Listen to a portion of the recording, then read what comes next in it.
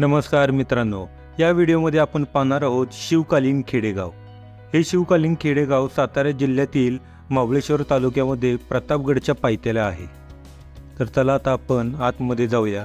आतमध्ये आल्यानंतर समोरच तुम्हाला असं छान असं गार्डन दिसत आहे आणि डाव्या बाजूला हा भला मोठा हत्ती दिसत आहे आणि त्यावर मावळा। त्या काळी अशी भले मोठे हत्ती देखील होते, युद्धासाठी देखील ते वापरले जायचे। समोर अष्टकोनी आकारातील चित्रे दिसत आहे। तसेच इथे तुम्हाला भरपूर वेगवेगळ्या वस्तू असे विकायला ठेवलेले इथे दिसून येतील। तसेच छत्रपती शिवाजी महाराजांच्या मूर्त्या देखील आहेत आणि पर्स वगैरे। तर चला आता आपण मुख्य प्रवेशद्वाराच्या इकडे जाऊया।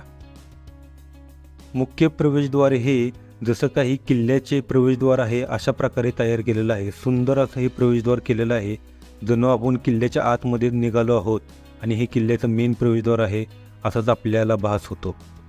यानंतर आपण आतमध्ये आलो आणि आतमध्ये आल्यानंतर तुम्हाला भरपूर असे इथे मावळे वगैरे पाहायला मिळतील।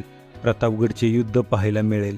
इथे मोठ्यांना 100 रुपये तिकीट तर लहानांना 50 रुपये असं तिकीट आहे। भरपूर इथे वेगवेगळ्या कलाकृती ते कोरलेल्या आहेत, जसं की शिवाजी महाराज गोरगरिबांना जनतेला वाटप करताना जे इथे दृश्य दाखवलेलं आहे।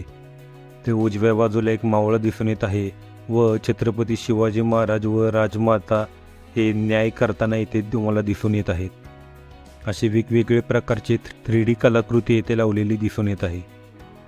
पुढे आल्यानंतर छत्रपती शिवाजी महाराज हे युद्धाला निघालेले असतानाचे दृश्य दाखवले आहे। यानंतर पुढे आपल्याला छत्रपती शिवाजी महाराजांचा राज्याभिषेक दिसून येत आहे आणि हा कलरमध्ये आहे आणि हा विदाऊट कलरमध्ये राज्याभिषेकाचेच हे चित्र दिसून येत आहे। येथे तुम्हाला एक मावळा तुतारी वाजवताना दिसून येत आहे। चला आतमध्ये आल्यानंतर उजव्या बाजूला तुम्हाला असे बैल दिसून येईल आणि हे बैल नांगरताना वगैरे इथे दाखवलं आहे। तसेच इथे भरपूर असा अंधार होता, पण येथे तुम्हाला जातं वगैरे जुन्या काळातील जे वापरायचे ते दिसून येत आहे। तर हा एक मावळा दाखवला आहे, तो हातात मशाल घेऊन रात्रीचा बघत आहे असं दाखवलं आहे। तर दुसरा इथे अजून एक मावळा दाखवला आहे, तो कोणाला तरी हाक मारत आहे। त्याच्या पाठीमागे पाहिलं तर एक मावळा लढाई करताना दाखवला आहे, त्याच्या हातामध्ये भाला आहे। दुसऱ्या मावळ्याच्या हातामध्ये तलवार आणि डाल आहे आणि तिसऱ्या मावळ्याच्या हातामध्ये धनुष्यबाण आहे। असे हे मावळे इथे दिसून येतील। पुढे आल्यानंतर हा मावळा इथे चाक दुरुस्त करत आहे आणि ही बैलगाडी सुंदर अशी ही बैलाची कलाकृती जसं काही खरोखरच आहे असे। परत इथे तुम्हाला मेंढपाळ देखील दिसून येईल, अगदी तुम्हाला रिअल वाटेल असे सुंदर असे हे मूर्ती इथे तयार केलेले आहेत। हे बैलगाडी, या बैलगाडीमध्ये तुम्ही आतमध्ये जाऊन फोटोज वगैरे देखील काढू शकता। अजून पुढे जाऊया काय आहे। उजव्या बाजूला येथे कुत्रं देखील दिसून आलं। दगडाला आकार देताना व दगडापासून विविध वस्तू तयार करताना येथे दाखवलेलं आहे।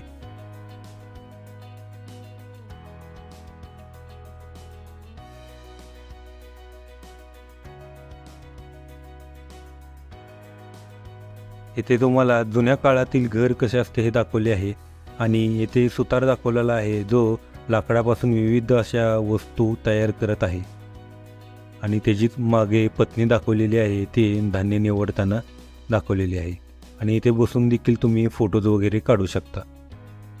बाजूलाच थोडं पायऱ्या चढून वर आल्यानंतर अजून एक इथे मावळा यांनी लावला होता आणि याच्यात पाठीमागे प्रतापगड तुम्हाला दिसून येईल आणि त्या काळी एवढ्या अंधारामध्ये हे कसे युद्ध करत असतील याचा खरंच खूप छान असा अनुभव इथे येतो। चला आता आपण पुढे जाऊया। जाता जाता तुम्हाला इथून मेंढपाळ दिसतच आहे। यानंतर आता आपण पुढे जाऊया। या शिवकालीन खेडेगावामध्ये खरोखरच चालताना बाकीचे या सगळे दृश्य पाहताना तुम्हाला त्या काळात गेल्याचा अनुभव होतो।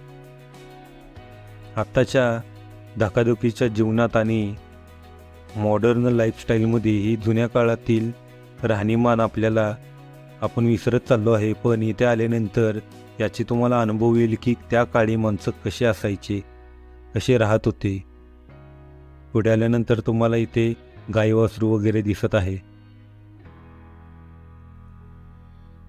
येथे एक स्त्री बसलेली आहे. तसे ते जुन्या काळातील घर आहे आणि स्त्री धान्य दळत आहे. हे जातं आहे. हे त्या काळात जात्यावर धान्य दळले जायचे आणि इथे तुम्ही बसून देखील फोटो वगैरे काढू शकता. असं जात्यावर दळण दळणारी स्त्री दाखवली आहे. तसेच आतमध्ये अजून एक रूम होती आणि रूमच्या आतमध्ये गेल्यानंतर इथे अजून एक स्त्री बसली होती. ते जेवण तयार करत होते, भाकरी थापत होते. त्यांचे इथे साहित्य देखील इथे दिसून येईल तुम्हाला. आणि या भाकरी थापणाऱ्या स्त्रीच्या समोर देखील अजून एक जागा आहे. त्या मोकळ्या जागेत तुम्ही बसून देखील इथे फोटो वगैरे काढू शकता. त्या काळी चूल असायच्या आणि त्या चुलीवर जेवण तयार केलं जायचं. असे सुंदर असे इथे वेगवेगळ्या प्रकारचे दृश्य दाखवले आहेत. तसेच येथे बाहेर आल्यानंतर हे जुन्या काळातील आपण दही वगैरे किंवा दूध वगैरेचे आपण आत्ताच्या काळात रवी वापरतो, तसेच जुन्या काळातील ही रवी म्हणता येईल, जे की दुधापासून दही वगैरे तयार करताना असं यूज करतात. यानंतर पुढे अजून भरपूर अशा वस्तू होत्या. तशी तिथे आपल्याला वासुदेव दिसून येत आहे, जो सकाळी सकाळी त्या काळी यायचा. आणि हे ते छान सुंदर अशी तुळस दिसत आहे. तुळस आणि वासुदेवाच्या समोरच तुम्ही पाहिले असता तुम्हाला सुंदर असे विठ्ठल रुक्मिणीचे मंदिर दिसत आहे. तसेच डाव्या बाजूला महादेवाची पिंड देखील दिसून येत आहे. अशा प्रकारे जुन्या काळातील हे मंदिर असायचे, तशा प्रकारे इथे देखील एक मंदिर उभारलेलं आहे. खूपच सुंदर असं मंदिर होतं. पुढे आल्यानंतर तुम्हाला पाळीव प्राणी वगैरे दिसून येत आहे व त्या काळी कपडे धुण्यासाठी वापरायचे छोटेसे बॅट देखील दिसून येत आहेत, जातं दिसून येत आहेत. चला अजून काय काय पाहण्यासारखं पाहूया.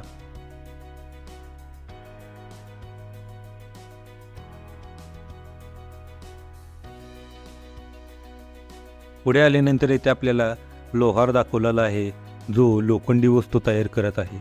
आणि तो लहान मुलगा जसं तो हँडल वर खाली करत आहे, त्यामुळे हवा लागून ते लोखंड गरम करून त्याला वेगवेगळ्या प्रकारे आकार देऊन वस्तू तयार केल्या जायच्या.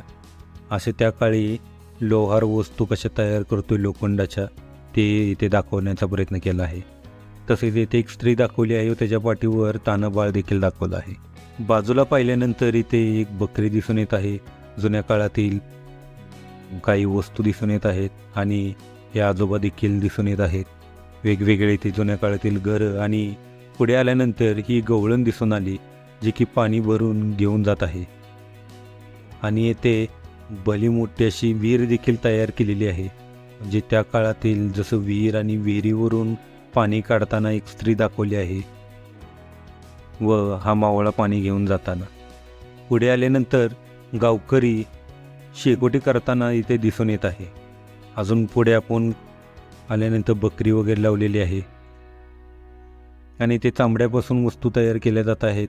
चप्पल त्या काळातल्या चामड्यापासून तयार करणारा इथे माणूस दाखवला आहे.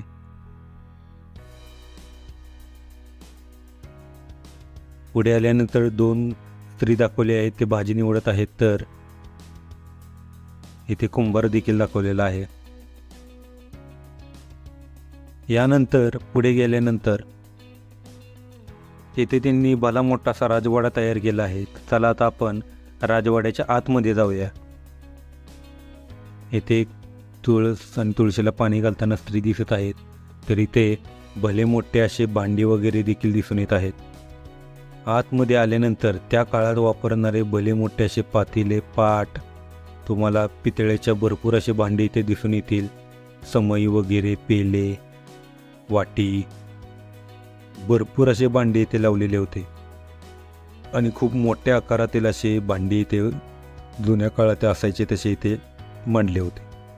पुढे आल्यानंतर हे कुटण्यासाठी वगैरे. यानंतर इथे जुन्या काळातील वस्तू ठेवलेल्या होत्या, जसं की अडकित्ता. खूप वेगवेगळ्या प्रकारचे अडकित्ते इथे दिसून येतात. देवळे देखील इथे दिसून येते. तसेच पान खात बसलेले हे त्या काळातील गावकरी इथे दिसून येतात.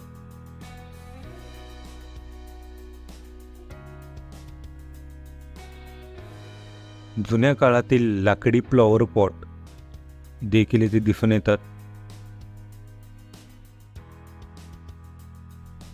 एक पाळणा आहे, तसेच जुन्या काळातील देवीची फ्रेम इथे करून लावली आहे.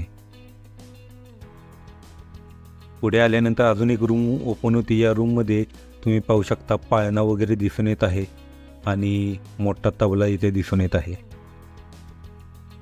तर अशा प्रकारे या राजवाड्याच्या आतमध्ये जाऊन आल्यानंतर बाहेर येताना इथे 2 चिमुकली खेळताना दिसून येत आहेत. बाहेर आल्यानंतर तुम्हाला इथे शिपाईच्या इथे वगैरे थांबून फोटोज वगैरे तुम्हाला काढता येतात. यानंतर त्या काळातील जुन्या काळातील घरे तसेच सरदारांचे घरे कसे असायचे हे दाखवलेले आहेत. इथे तुम्ही फोटो काढू शकता आणि हे आपले छत्रपती शिवाजी महाराज यांची सुंदर अशी ही ती मूर्ती दिसून येते. तर मित्रांनो, अशा प्रकारे आपण शिवकालीन खेडेगावमध्ये काय काय पाहण्यासारखं आहे अशा सगळ्या वस्तू, गोष्टी आणि सगळे दृश्य आपण पाहिलेले आहेत.